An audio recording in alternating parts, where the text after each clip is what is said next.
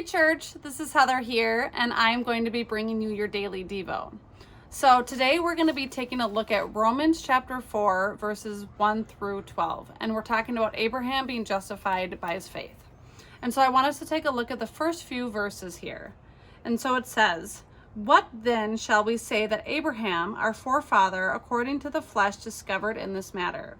If in fact Abraham was justified by works, he had something to boast about, but not before God. What does Scripture say? Abraham believed God, and it was credited to him as righteousness." And so I want us to take a look at why Paul brought Abraham into his writing here. And so I believe that Paul included Abraham in this because he was using him as an example, kind of like Exhibit A. Abraham was the first person for God to ever call friend, and because of what Abraham didn't do. It wasn't by his works or his good deeds. It was just by his faith and trust alone. And so he was kind of using that as a support to bring his point home. And so Abraham simply took God at his word and believed his promises. It was his trust that pleased God, not his works.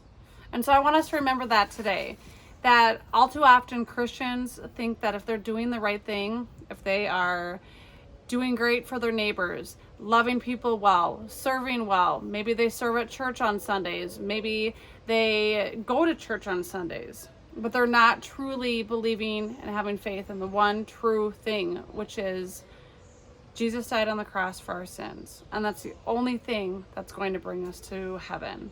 And that's the only thing that you need to remember as you move forward. Yes, it's great, and we need to be acting like Christians because we need to be setting ourselves apart. But it's not through our works that brings us to heaven. It's only our faith in God. And that's pleasing to God. And that's why God will show blessings upon us if we do that. So rest in that today, friends, and have a great day. Bye.